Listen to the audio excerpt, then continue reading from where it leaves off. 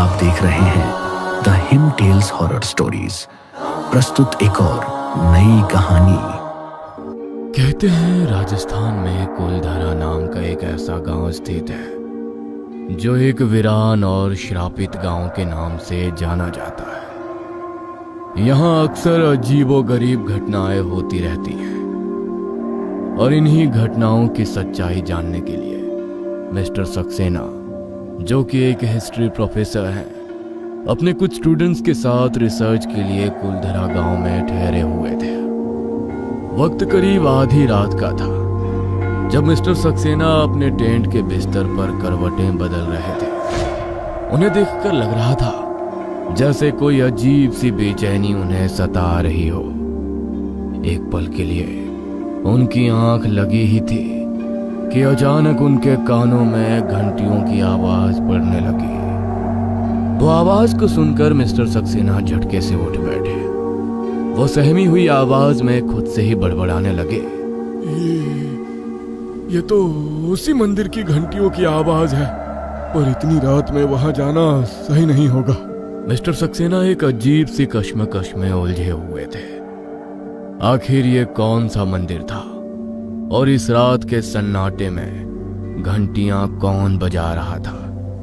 ये जानने के लिए मिस्टर सक्सेना अपने टेंट से बाहर निकले और कुलधरा के खंडहरों की तरफ जाने लगे। आज तो मैं पता लगा कर ही रहूंगा कि आखिर इतनी रात में ये आवाज आती कहां से है। मिस्टर सक्सेना बिना कुछ सोचे समझे आगे बढ़ते जा रहे थे, जैसे घंटियों की वह अजीब आवाज उन्हें अपनी तरफ खींच रही हो। वहीं दूसरी तरफ उनकी स्टूडेंट नंदिनी, जो पूरे कॉलेज में एक ब्रिलियंट स्टूडेंट थी, पिछले कुछ दिनों से अजीब अजीब घटनाएं महसूस कर रही थी। इस वक्त नंदिनी अपने टेंट में गहरी नींद में सोई हुई थी, लेकिन उसे देखकर लग रहा था जैसे वो किसी डरावने सपने में खो चुकी हो। मुझे छोड़ दो, मत मारो, छोड़ दो मुझे।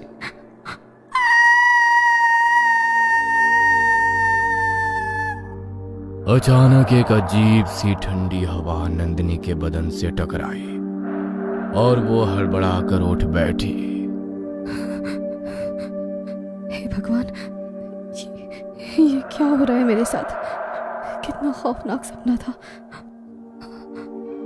डर के मारे नंदिनी का पूरा बदन पसीने से भीग चुका था। उसकी सांसें धीरे धीरे भारी होते जा रही थी। वो पानी पीने के लिए जैसे ही उठी, उसकी नजर टेंट के पर्दे पर पड़ी। पर्दे के उस पार एक हल्की सी परछाई दिख रही थी, जैसे कोई चुपचाप अंदर झांक रहा हो। इतनी सुनसान रात में उसके टेंट के बाहर आखिर कौन हो सकता था? ये सोचकर ही नंदिनी का दिल तेज धड़कने लगा। कौन है बाहर? जवाब दो। नंदिनी काफी देर तक आवाज लगाती रही, लेकिन किसी ने कोई जवाब नहीं दिया। अपने मन को तसल्ली देने के लिए डर के बावजूद उसने हिम्मत जुटाई और धीरे धीरे टेंट के बाहर निकल आई। जैसे ही उसने टॉर्च जलाकर उस परछाई को देखा, उसके पैरों तले जमीन खिसक गई। जो आदमी इतनी देर से वहां खड़ा था वो कोई और नहीं बल्कि मिस्टर सक्सेना ही थे।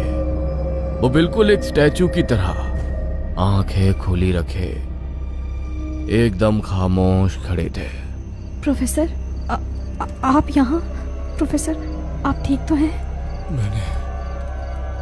मैंने उसे देखा। किसे देखा आपने प्रोफेसर? आप किसकी बात कर रहे हैं? उस वक्त मिस्टर सक्सेना ने नंदिनी की बात का कोई जवाब नहीं दिया और चुपचाप अपने टेंट में वापस चले गए। उनका अजीब सा व्यवहार देखकर नंदिनी भी अपने टेंट में लौट आई, लेकिन उसके दिमाग में अब भी हजारों सवाल घूम रहे थे। वो समझ ही नहीं पा रही थी कि इतनी रात के सन्नाटे में मिस्टर सक्सेना वहां अकेले क्यों खड़े थे। अगली सुबह मिस्टर सक्सेना और नंदिनी कुलधारा के एक वीरान खंडहर में सैंपल्स इकट्ठा करने पहुंचे हुए थे। नंदिनी ने मौका पाकर उसी वक्त मिस्टर सक्सेना से कल रात के बारे में दोबारा सवाल पूछा। प्रोफेसर, कल रात आप किसी को देखने की बात कर रहे थे। उस रात आखिर किसको देखा था आपने? तुम किसकी बात कर रही हो नंदिनी? मैं तो कल रात तुमसे मिला ही नहीं था। पर आप कल रात मेरे टेंट के बाहर खड़े थे और मुझसे कुछ कहने की कोशिश कर रहे थे। अरे नहीं, तुमने जरूर कोई सपना देखा होगा। अब जल्दी से सारे सैंपल कलेक्ट करो, हमें इन्हें आज ही लैब भेजना है।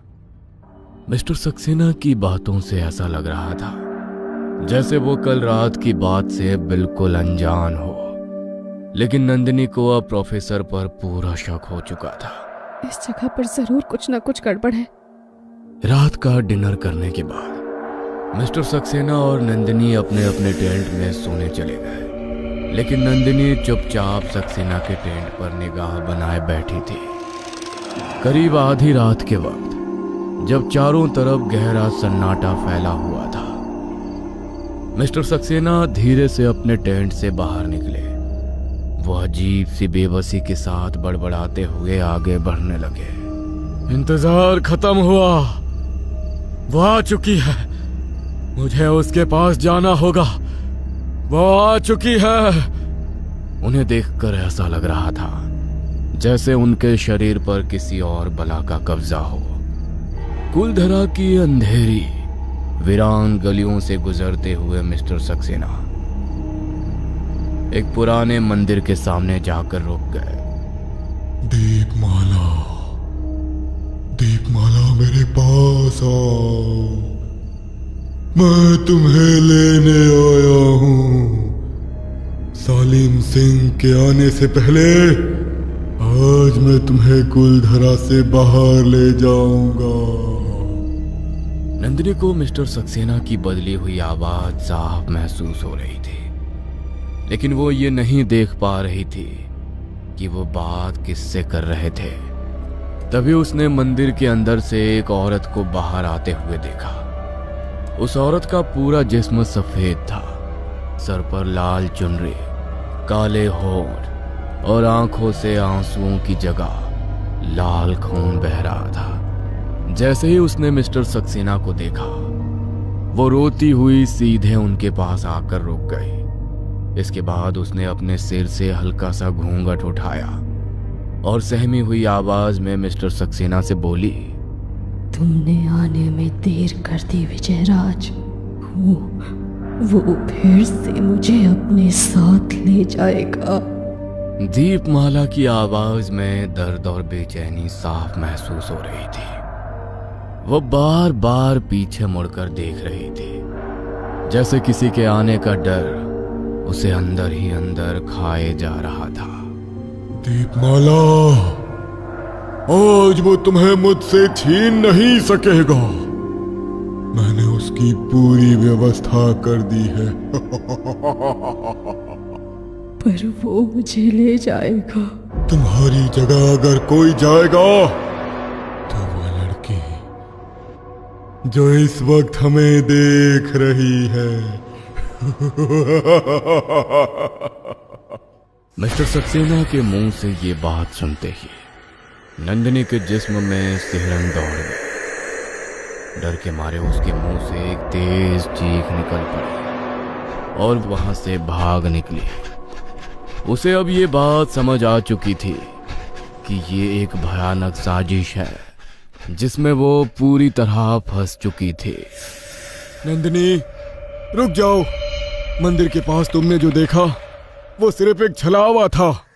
मिस्टर सक्सेना की नॉर्मल आवाज सुनकर नंदिनी जैसे ही पीछे मुड़कर देखती है, अचानक एक जोर की ठोकर लगने के कारण उसका संतुलन बिगड़ जाता है और वो जोर से जमीन पर गिर पड़ती है।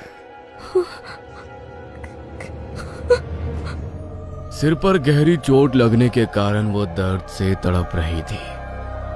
इससे पहले कि वो खुद को संभाल पाती, वो आदमी और वही सफेद औरत अचानक वहां पहुंच जाते हैं, जिसके बाद वो एक ही झटके में नंदिनी को दबोच लेते हैं। तू यहां से कहीं नहीं जाएगी, आज अमावस्या की रात है और सालिम सिंह तेरी रूह को अपने साथ ले जाएगा और दीपमाला तेरे शरीर में वास करेगी।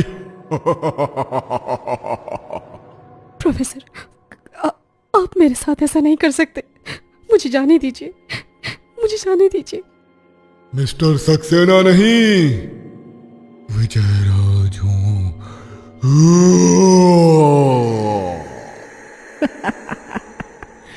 घबराओ मत, तुम्हें ज्यादा दर्द नहीं होगा। बस थोड़ी देर में तुम्हारा शरीर ढीला पड़ जाएगा और फिर तुम्हारी आत्मा आजाद हो जाएगी।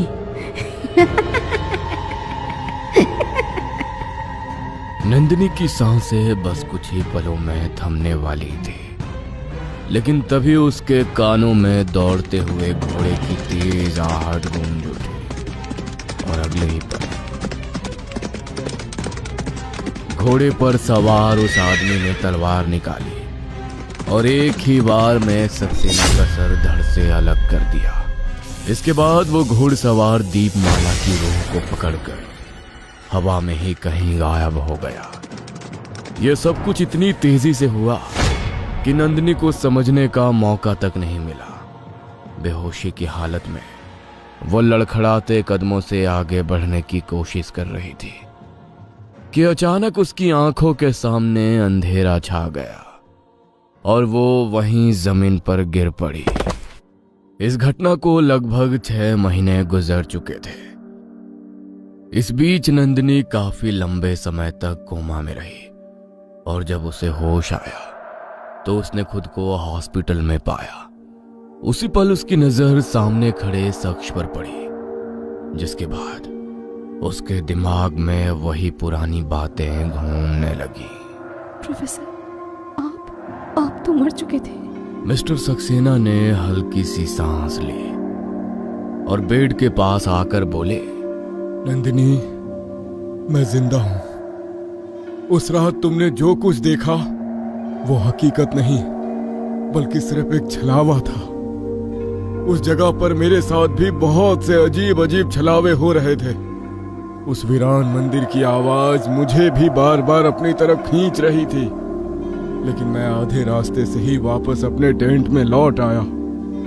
अगले दिन सुबह होते ही मैंने आसपास के लोगों से पता लगाया तो उन्होंने मुझसे कई आत्माओं का जिक्र किया। ऐसी आत्माएं जो आज भी उस वीरान मंदिर में आती हैं,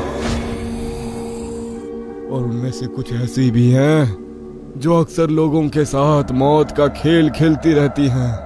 एक रात जब मैंने तुम्हें मेरे ही जैसे शक्ल के एक आदमी के पीछे जाते हुए देखा तो मैं हैरान रह गया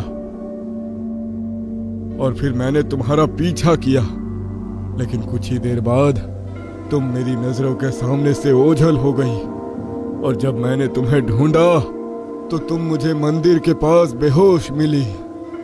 लेकिन प्रोफेसर, वो लड़की कौन थी? और वो घुड़सवार कौन था? गांव वालों के अनुसार वो लड़की दीपमाला थी और जिसे तुमने मेरे रूप में देखा वो कोई